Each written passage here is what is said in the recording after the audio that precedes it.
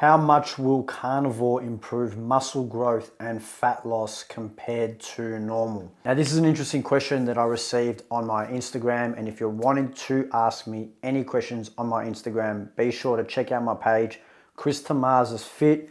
Drop me a follow. I do weekly Q&As where you can ask me questions and I'll answer them for you. Now, by taking on this way of eating, and because there are strict rules behind it where you can't eat sugars, you can't have alcohol, you don't consume seed oils, as a byproduct of that, your inflammation is going to drastically reduce. And when you reduce your inflammation, your recovery is better. So if you're recovering better from workouts, you're going to optimize your ability to burn more fat and build more muscle. Now, I'm a firm believer that if you eat ancestrally, which means carnivorously, over a long enough period of time, 90 days and beyond, your body will find its true form shape based on the food it takes in and the external stimulus that you provide it. Now, initially, you're probably going to lose weight because of the reduction in carbohydrates, therefore the depletion of water.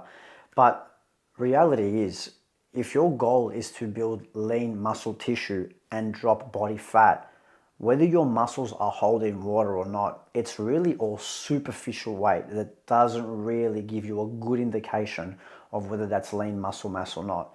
And if you're really caught up in being a certain weight, then you can literally just eat a bowl of pasta, absorb all the water, and that's going to fill your muscles up. But it's not a true form of what your lean body mass tissue actually is. And this is why I reiterate that by eating this way, your body will eventually find its true form of what it looks like. Now, when it comes to fat loss, in my opinion, there's no better diet to take on board if you want to lose fat than the carnivore diet.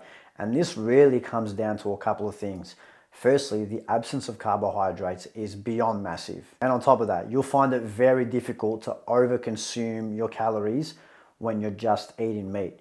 But let's talk about the carbs for a second, because when you eat carbs and you eat proteins and fats, your brain lights up completely differently. When you eat carbs, you get that rewarding sensation within your brain, that dopamine signal. And when you have the absence of that, not only are you not screwing up with your hunger and full hormones, ghrelin and leptin, but your brain isn't getting as excited from when it eats meat as opposed to a bag of potato chips.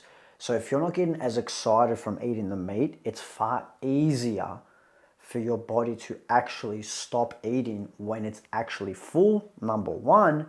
And number two, your hunger and full hormones aren't blunted from the constant absorption of carbohydrates from a normal diet because of the constant release of insulin out of the pancreas, which can really screw up for you to understand whether you're full or whether you're hungry. Now, to answer your question in regards to how much will it improve your muscle mass and your fat loss, it's hard for me to put a numerical number on it. But if you got two people, one carnivore, one eating normal, training the exact same way, I can assure you that the carnivore is going to be less inflamed.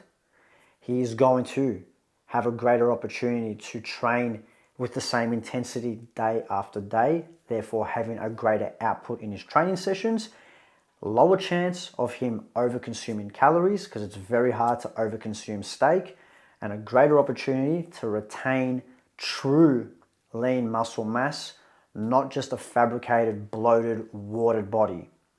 Guys, like I mentioned, if you want to ask me a question, head over to my Instagram, Chris Tamaz's Fit. I go live every week. I post daily stories, tips and tricks on how I help my athletes through the carnivore diet to optimize their health and overall well-being. If you want one-to-one coaching, head over to the link in the description and in the pinned comments.